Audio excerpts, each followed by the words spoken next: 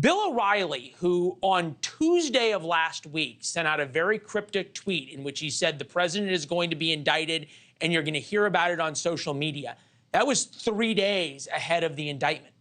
So think what you want of O'Reilly and think what you want of his sources, but he was dead on this issue. He just tweeted this.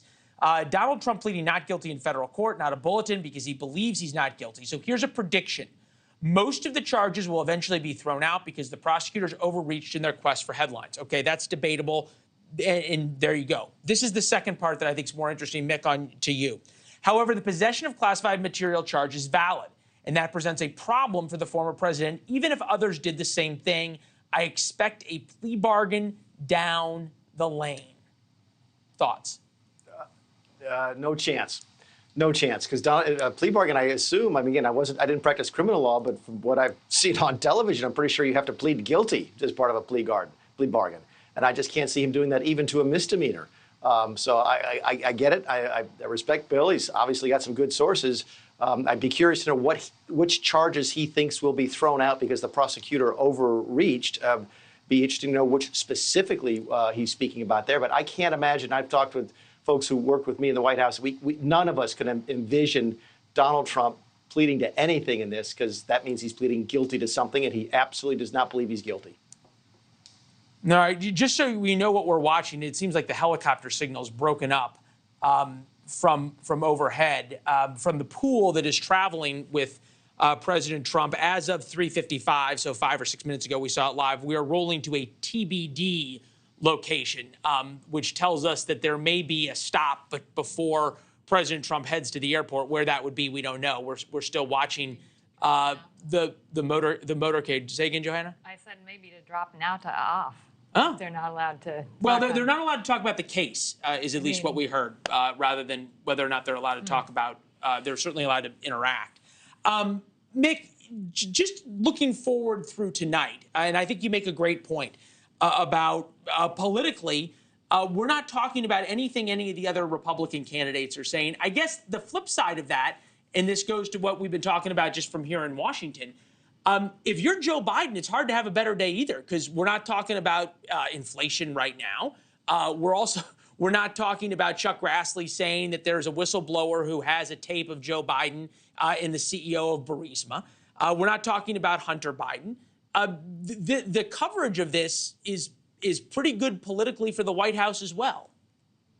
Well, it does cut both ways. I think the inflation numbers are actually a little bit better. The inflation was down, I think, around to 4%, if I saw that correctly this afternoon. So to the extent that's good news, you can't get good news out either. The Ukrainian counteroffensive looks like it's doing okay. That's not getting out there. Look, Donald Trump is catnip to the media. There's no question.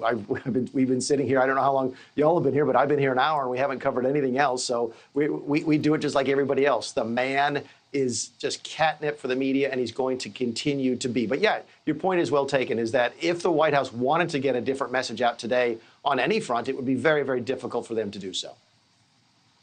All right.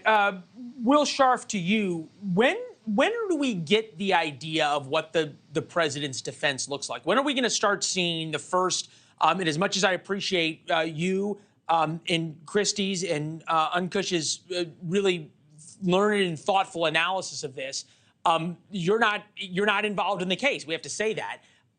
When is it that we get our first thought here on actually what the defense will look like? So the way this case will proceed from here, the first step is for the defense to receive discovery. Based on the special counsel's statements about being ready to move to trial, I'm guessing that they are in a position to produce all or most of the relevant discovery on a pretty tight time frame. And then the question will be what sorts of pretrial motions President Trump's legal team want to file and how long it takes them to prepare those. But that's what I think we'll see in the coming weeks. First, a process that will be outside of kind of our eye line is that turning over of discovery materials. And then second, the strategic decisions that President Trump's legal team will make about how they want to start approaching this case and the sorts of motions that they'll want to file. All right, Mick, just an update for color in terms of those of you who know Miami. This is not the route to the airport. It's the route to Little Havana. Mick, they're on their way to Versailles, the Cuban restaurant. that's famous for Cuban sandwiches and the like. What do you make of that? Actually, I was going to say something, but I didn't want to make light of a very serious situation. I was suggesting they probably go to McDonald's.